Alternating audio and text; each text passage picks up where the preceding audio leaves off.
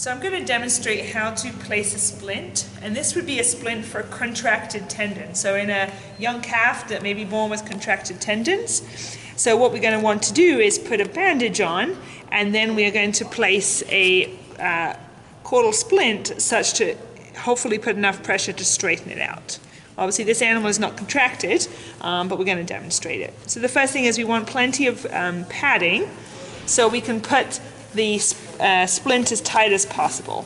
So we're going to put just a simple bandage on here. You can use brown gauze if you want, or just straight vet wrap.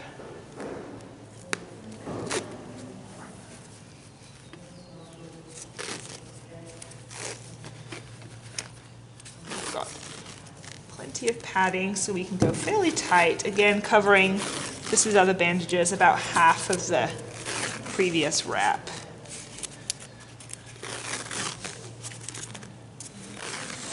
And this is a splint that you will put on and probably change every 1 to 2 days to assess the progress of the contracted tendon.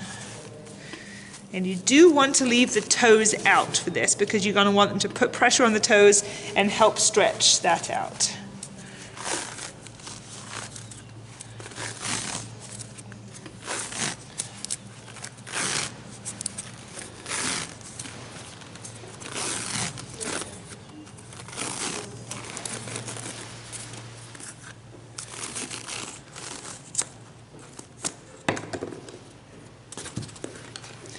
So when we have our splint, we'll have a splint that we don't want to put pressure over a joint or in the middle of a long bone such to cause a fulcrum.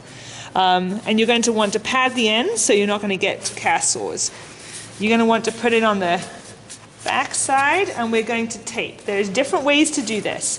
You can use duct tape, you can do individual wraps, or you can incorporate the whole thing in your elasticon. If I'm using elasticon, I typically do the whole leg. If I'm using duct tape, I'll probably do a couple of different strips. Obviously elasticon is somewhat stretchy.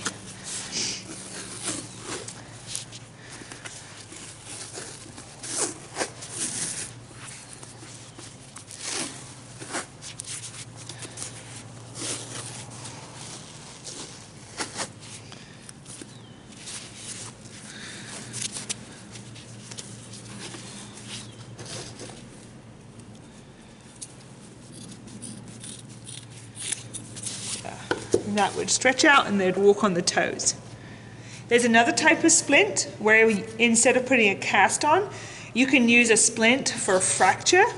In that case, you would include the toes and you would move the splint further down such that they're not obviously walking on the toes and causing rotation on that fracture. So there's two reasons to do the splint.